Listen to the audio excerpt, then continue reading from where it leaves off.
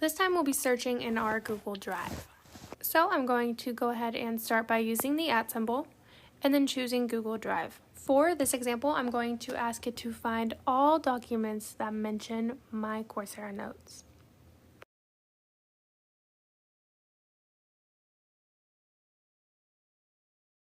Hit submit, and then it actually goes through my entire Google Drive and finds the documents that I'm looking for. And again, it shows the links right here that I can click on and have them open up in a new tab. Now let's go ahead and try something else. I'm going to actually start a new chat. Say I want to get a summation of a certain file that I wrote, but I can't remember exactly what I named it. So for my prompt, I'm going to do @Google Drive, and I'll say find a file about home improvements.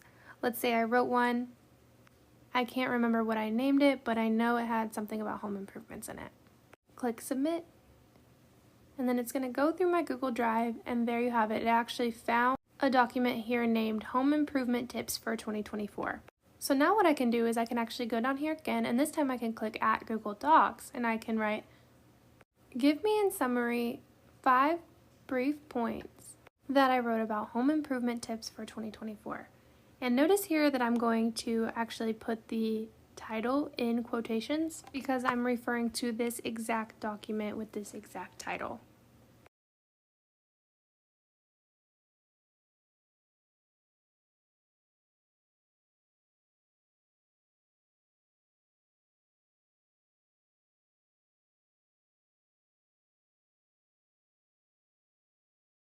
Click submit.